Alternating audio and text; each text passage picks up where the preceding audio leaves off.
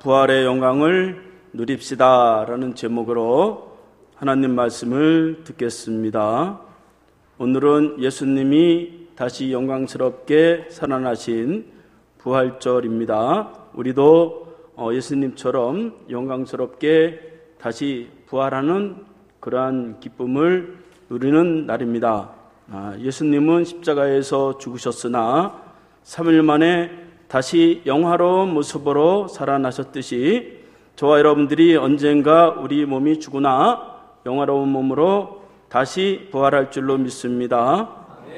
그런데 그 부활의 영광이 죽은 다음에 오는 거야 무슨 소용이 있겠어요? 그 부활의 영광을 살아서 맛보고 살아서 누려야 되지 않겠습니까?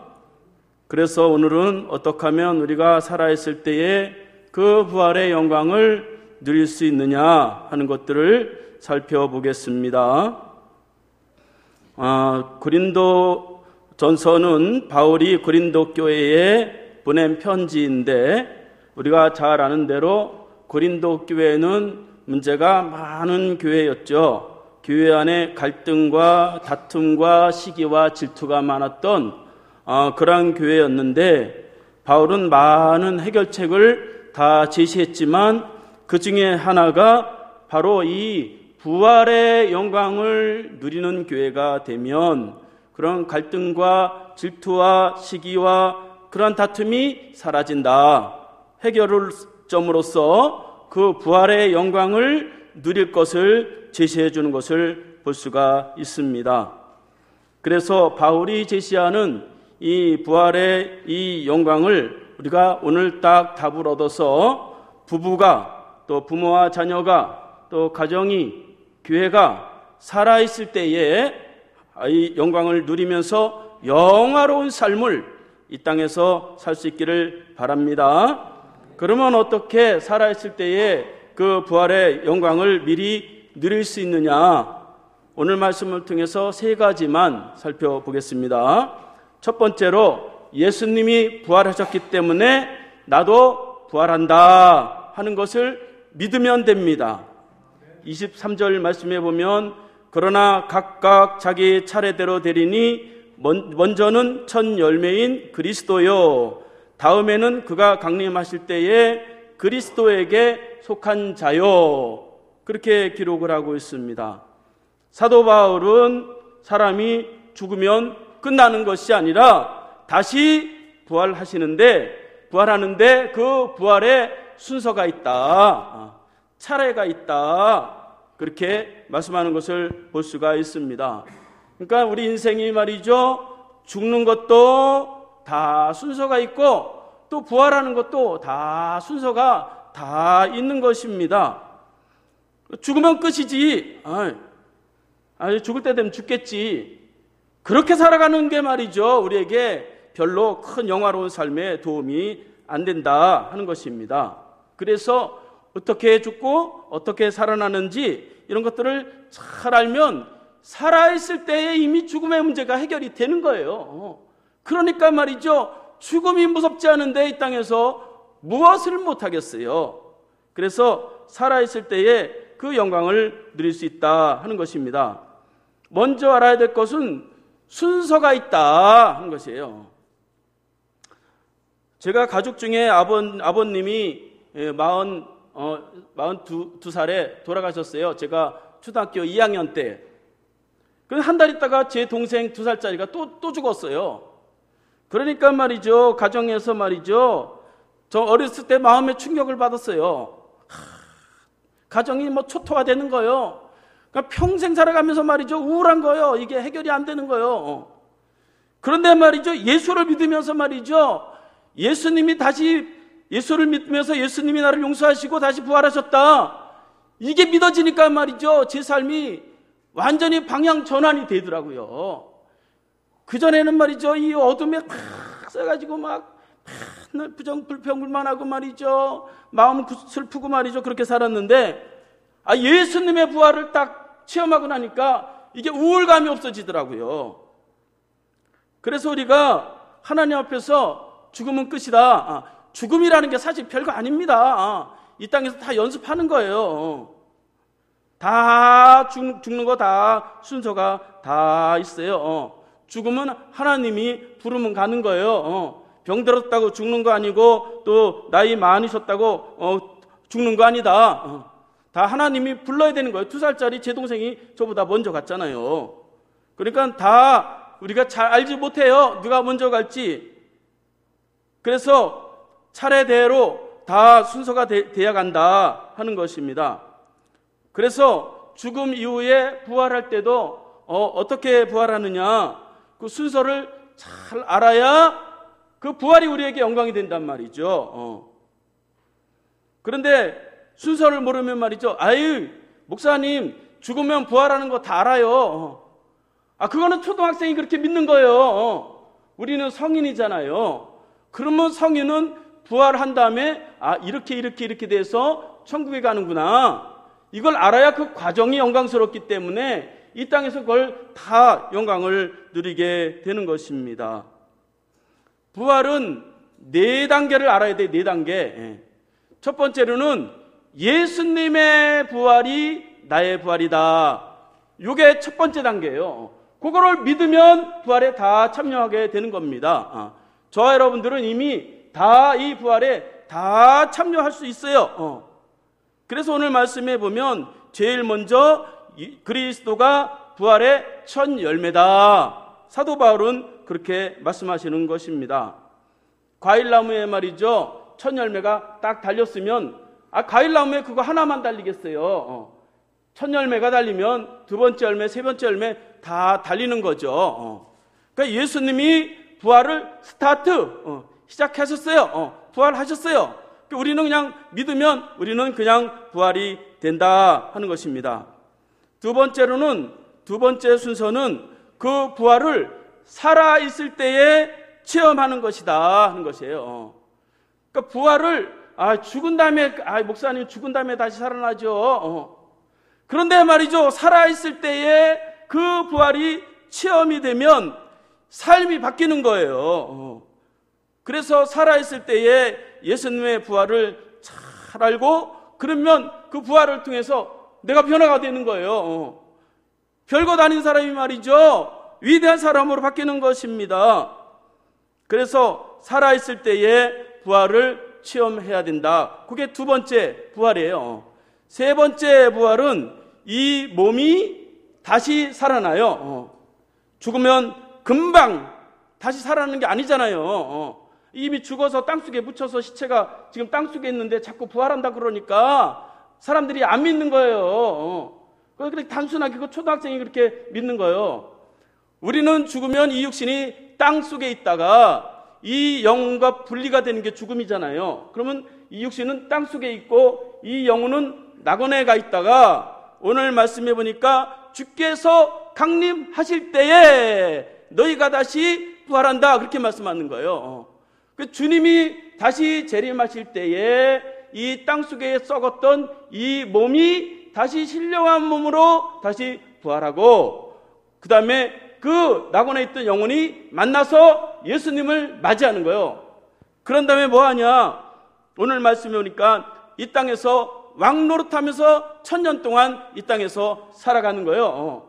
만물을 다 다스리면서 만물을 다 복종시키면서 이 땅에서 살아가는 것입니다. 그게 세 번째예요.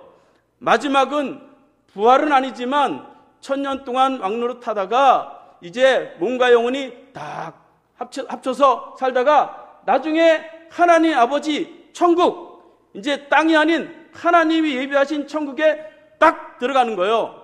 그래서 완전한 천국에 들어가게 됩니다. 이런 4가지의 과정, 4가지의 순서를 통해서 우리가 이 하나님의 나라 천국을 누리게 된다 하는 것입니다.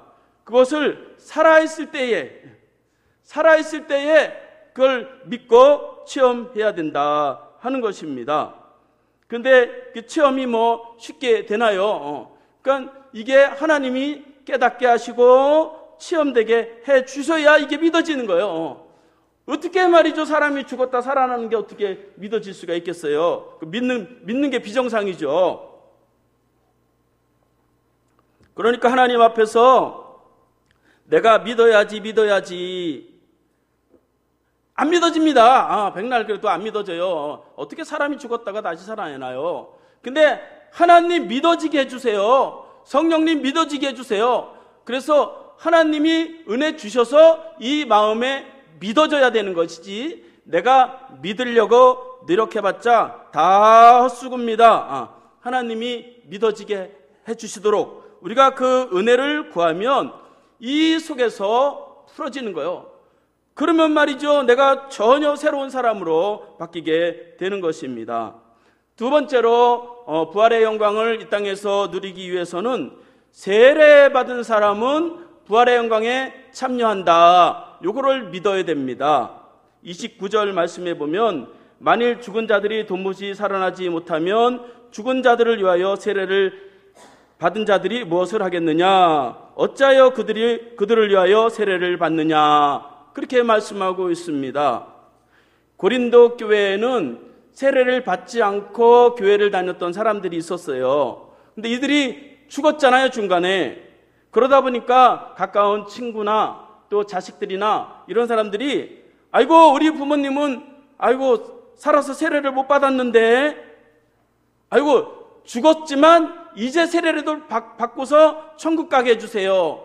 그래가지고 세례를 주는 그러한 습관이 생겼습니다. 그러니까 예를 들면 말이죠, 믿지 않던 부모님이 돌아가셨는데, 아이고 내가 예수를 믿어보니까 천국이 있는 것 같아. 그래가지고 우리 부모님도 천국 가야 되는데 큰일 났네. 그래가지고 그 죽은 부모님을 위해서 세례를 막 달라고 하는 것입니다. 그런데 사도 바울은 그런 세례를 받지 말라 하는 것이에요. 살아있을 때 세례 받으면 부활에 참여한다. 그렇게 말씀하고 있는 것입니다. 죽은 다음에 세례 줄 생각하지 말고 살아있을 때에 세례 받도록 해라. 그 말씀을 하는 것입니다. 저와 여러분들은 거의 다 세례를 다 받았잖아요. 거의. 제가 보니까 제가 세례 준 사람들도 있고. 그러니까 저와 여러분들은 반드시 세례를 받았기 때문에 다 하나님 앞에서 부활합니다. 세례 받지 않은 사람은 5월 첫 주에 세례가 있어요. 그때 신청을 하면 세례 받으시면 됩니다. 사람들이 말하기를 말이죠, 세례 받는다고 다 구원받냐? 그럼 뭐가 구원받는데? 교회에서 세례 받았으면 구원받는 거예요. 무슨 영적인 체험이 있어야 된다. 그거는 몰라요. 그 하나님이 구원하시는 것이지, 사람이 그렇게 막 하나님의 구원을 막 판단할 수가 없는 것입니다. 세례라고 하는 게 무슨 의미입니까? 세례라고 하는 건 내가 죽었다, 그 다음에 다시 살아났다, 그게 세례 아니겠어요? 로마서 6장 4절 말씀해 보니까 우리가 그의 죽으심과 합하여 세례를 받음으로 그와 함께 장사되었나니, 그렇게 기록하고 있습니다. 그러니까 세례라고 하는 의미는 내가 죽었다, 그런 의미입니다. 그러니까 죽은 자는 말이 없는 거예요. 그러니까 우리가 살아있을 때에 세례받은 사람은 죽은 자처럼 살아야 되는 거예요. 그게 세례입니다. 예수 그리스도의 십자가 앞에 내가 죽었어요. 그러니까 나의 나쁜 습관도 죽었어요. 내 감정도 죽었어요. 게으름과 세상 욕심과 나의 부족함과 나의 열등감과 나의 자랑과 이런 모든 게 다 십자가에 죽었어요. 십자가에 못 박아버렸어요. 죽었습니다. 그걸 믿고 살아가야 이 땅에서 새로운 삶을 살아가는 것입니다. 자녀는 부모 앞에서 나는 십자가에서 내가 다 죽은 자다, 그래야 순종이 되는 거예요. 아내가 남편 앞에서 그래 나는 십자가에서 죽은 자다, 그래야 갈등과 다툼이 없게 되는 것입니다. 그래야 악한 물이 어둠의 세력에 끌려다니지 않는 거예요. 로마서 6장 6절 말씀해 보니까 우리 옛사람이 예수와 함께 십자가에 못 박힌 것은 죄의 몸이 멸하여 다시는 우리가 죄의 종노릇하지 아니하려 함이니라, 그렇게 말씀하고 있어요. 세례를 받았으면 죽었어요. 옛사람, 옛습관, 옛생각, 지난 상처, 미움, 약한 거, 자기 자랑, 이런 게 세례를 받음으로 인해서 다 죽었어요. 그래서 예수와 함께 죽었으니 죄의 종노릇하지 않게 살아가게 된다 하는 것입니다. 죄에 끌려가지 않는 거요. 죽었으니까. 이거 생각해야 죽은 자같이 살아가게 되는 것입니다. 공부하는 학생이 말이죠, 나쁜 습관이 많아요. 그런 말이죠, 십자가 앞에서 그래, 내가 이 나쁜 습관이 십자가 앞에서 죽었다. 그래야 저처럼 말이죠, 막 45가지 공부해가지고 목사도 되고 그러는 거예요. 바뀌니까 말이죠. 그래서 날마다 내가 죽는 거예요.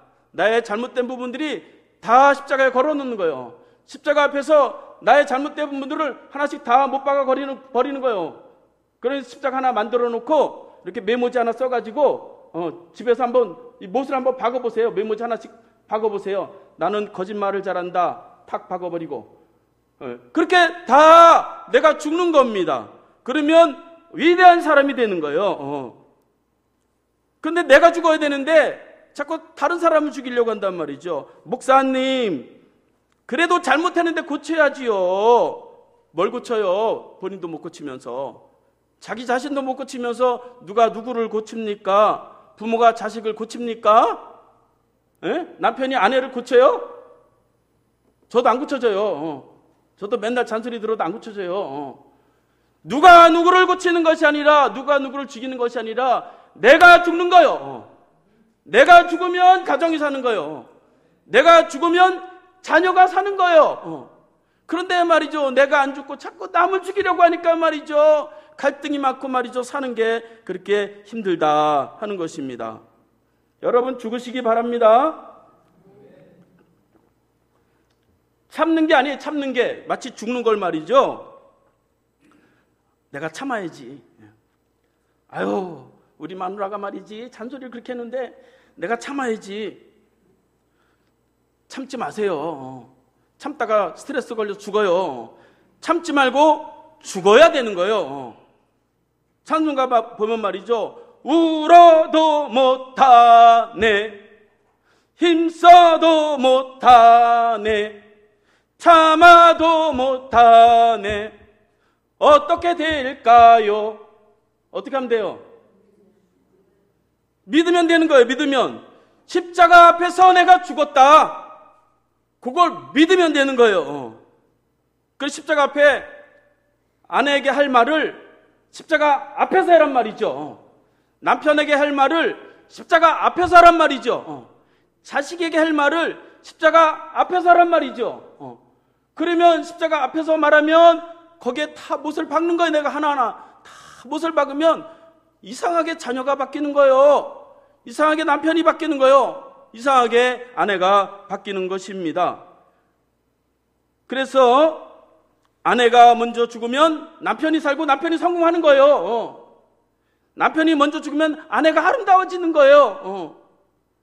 내가 부모가 먼저 죽으면 자녀들이 말이죠, 자신의 삶을 스스로 열어가는 것입니다. 그래서 우리가 죽어야 되는데 그게 쉽지가 않죠. 어떻게 죽겠어요, 사람이. 그래서 십자가를 자꾸 바라보면서, 십자가를 생각하면서, 여러분, 스스로 죽을 사람이 누가 있겠어요? 사람이 스스로 죽지 못하기 때문에 십자가가 필요한 거예요. 예수님이 나를 위해서 죽었구나, 그거를 딱 바꿔가지고 예수님 자리에 내가 들어가야 되는 거예요. 예수님이 죽었구나, 거기서 끝나면 그거 기독교 아닙니다. 예수님이 죽었으니까 내가 그 자리에 들어가야 되는데, 내 이 자존심 센, 내 고집 센 내가 죽어야 되는데, 그러면서 나를 십자가에다 매일 못을 박는 거예요. 그러면 말이죠, 하나님이 놀라운 영광을 보게 하시고 우리에게 큰 은혜를 주십니다. 우리가 세례를 다 받았으니까 이렇게 나를 십자가 앞에 이미 죽었다, 그거를 믿고 날마다 십자가 앞에 나를 죽이시기 바랍니다. 그러면 부활의 영광이 보이는 거예요. 영광의 삶이 열린다 하는 것입니다. 마지막으로 날마다 죽어야 된다 하는 것이에요. 31절 말씀해 보니까 형제들아 내가 그리스도 예수 우리 주 안에서 가진 바 너에 대한 나의 자랑을 두고 단언하노니 나는 날마다 죽노라. 그렇게 기록하고 있습니다. 사도 바울은 고린도 교회 형제들에게 나는 날마다 죽노라. 그렇게 자랑을 하는 거예요. 나는 늙어서 죽는다. 나는 병들어서 죽는다. 나는 고통받다 죽는다. 그렇게 말하지 않고 나는 날마다 죽는 건데요. 날마다 죽는다. 죽는다는 건 뭐예요? 매 순간마다 죽는다는 거예요. 매 순간. 하나님 앞에 내가 죽어야 되는데 한 1년치 내가 모아놨다가 아이고 내가 우리 남편한테 잔소리 해야 되는데 내가 죽어야지. 1년 동안 모아놨다가 한꺼번에 죽으면 폭발력 더 커집니다. 더 세집니다. 그러니까 매일 죽어야 되는 거야. 매일 내가 날마다 죽는다. 이 순간 죽는다. 그런 마음으로 매 순간마다 하나님 앞에 나를 죽이는 것입니다. 사도 바울처럼 그게 자랑이 된다는 거예요. 내가 날마다 이 순간 죽는 게 나에게 큰 자랑이 되고 나에게 큰 영광이 된다 하는 것입니다. 물리적으로 죽어라 그런 의미가 아니죠. 생활 속에서 사도 바울 같이 엘리트 중에서 엘리트인 이 사람이 말이죠. 뭐가 부족해서 복음을 전하고 다른 사람에게 욕을 당하겠어요. 그는 그리스도 앞에서 죽었어요. 매일매일 죽으면서 이제 그 일들을 감당하는 것입니다. 그래서 매일 죽으시기 바랍니다. 아멘 소리가 적으시네. 매일 죽으시기 바랍니다. 참지 마세요. 결심하지 마세요. 결심하면 말이죠. 나중에 그게 다 패배감으로 다시 다 돌아옵니다. 참지 마세요. 참으면 말이죠. 나중에 그게 이 분노하는 아이, 성의 심리학적으로 분노가 말이죠. 쌓이는 중이에요. 참지 마세요. 그러면 인격도 망가지고 상처도 받고 말이죠. 그러는 거예요. 주님 앞에 고백해버려야 돼요. 십자가 앞에 내려놔야 돼요. 그러니까 오늘 죽고 내일 살자가 아니라 우리는 오늘 죽고 오늘 살자. 죽고 사는 거 말이죠. 다 하나님께 달려있으니까 말이죠. 매일 죽어야 된다 하는 것입니다. 왜 매일 죽어야 돼요? 매일 승질 올라오잖아요. 승질이 말이죠. 여기서 한마디만 하면 매일 올라오잖아요. 그러니까 매일 죽어야 되는 거예요. 매일 게으름도 말이죠. 부지런해야 되는데 이게 내 뜻대로 안 되잖아요. 그럼 매일 죽어야 되는 거예요. 나쁜 습관 이런 것도 말이죠. 고쳐야 되는데 말이지 못 고치잖아요. 그러니까 매 순간마다 나를 죽여야 새로워지는 거예요. 그래서 이렇게 우리가 매일매일 이렇게 죽으면 우리가 매일 하나님의 영광을 봅니다. 매일 하나님의 축복을 봅니다. 여러분 교회 왜 왔어요? 교회 오면 하나님이 나를 살려서 강력한 사람이 되게 하려고 오셨어요? 교회는 죽으러 오는 거예요. 죽으러. 예수님이 죽었으니까 나도 죽어야지. 그러기 위해서 교회 오는 거예요. 그 예배 드리러 갈 때는 예배 드리러 오기 전에는 부부가 말이죠. 막 다투면서 말이죠. 그리고 왔다가 예배 드리고 나갈 때는 말이죠. 손잡고 나가야 되는 거예요. 죽었으니까. 죽었는데 거기에 죽은 사람이 무슨 말을 하겠어요? 그러니까 예배는 내가 죽는 시간입니다. 내가 죽고 더 부드러워지고 내가 더 하나님 앞에 이제 더 약해지고 그러는 거예요. 그 사람들이 그걸 안 해가지고 사는 게 너무너무 힘들게 사는 거예요. 내가 안 죽으니까 말이죠. 고집 부릴 거 다 부리고 자존심 세울 거 다 세우고 체면 다 세우고 싸울 거 다 싸우고 주장할 거 다 주장하고 말할 거 다 말하고 거기에 무슨 하나님의 평화와 축복과 영광이 있겠습니까? 바울은 날마다 죽는 연습을 하는 거예요. 매일매일 죽는 연습을 하는 거예요. 그렇게 죽는 연습을 하면 진짜 죽을 때 쉽게 죽을까요? 어렵게 죽을까요? 쉽게 죽는 거예요. 이미 살아있을 때 죽는 연습 다 했어요. 다 했으니까 죽을 때도 쉽게 죽음의 고비를 쉽게 넘어가면서 할렐루야 막 찬송하면서 하나님 앞에 가는 것입니다.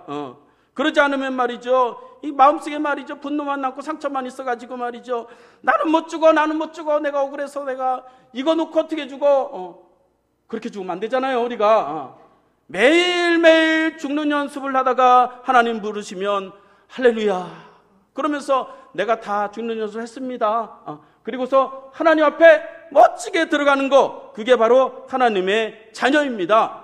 그러면 이 땅에서 살아가는 게 말이죠, 하나님의 축복이 넘칩니다. 영광이 넘치게 되어 있어요. 내가 매일 많이 죽으면 하나님 앞에 더 많은 그러한 영광이 있을 줄로 믿습니다. 매일매일 하나님의 십자가 앞에 성질도 자존심도 자랑도 욕심도 이런 거 매일 하나님 앞에 생각날 때마다 고백하고 말하고 그러시기 바랍니다. 그럼 나중에 주님이 부르실 때 하나님이 나를 부르시는구나, 나는 행복의 나라 진짜 이 천국으로 간다, 그러면서 말이죠, 하나님 앞에 멋지게 들어가는 것입니다. 이제 말씀을 마치겠습니다. 예수님은 부활하셨고 우리도 당연히 부활합니다. 그런데 그 부활을 이 땅에서 마음껏 누리기 위해서 이제 살아서 내가 매일 죽고 또 내가 세례받은 자로서 또 살아갈 때에 하나님 우리에게 큰 은혜를 주시고 매일매일 우리를 영광스럽게 우리를 높여주시고 사용해 주실 줄로 믿습니다. 다 함께 일어나셔서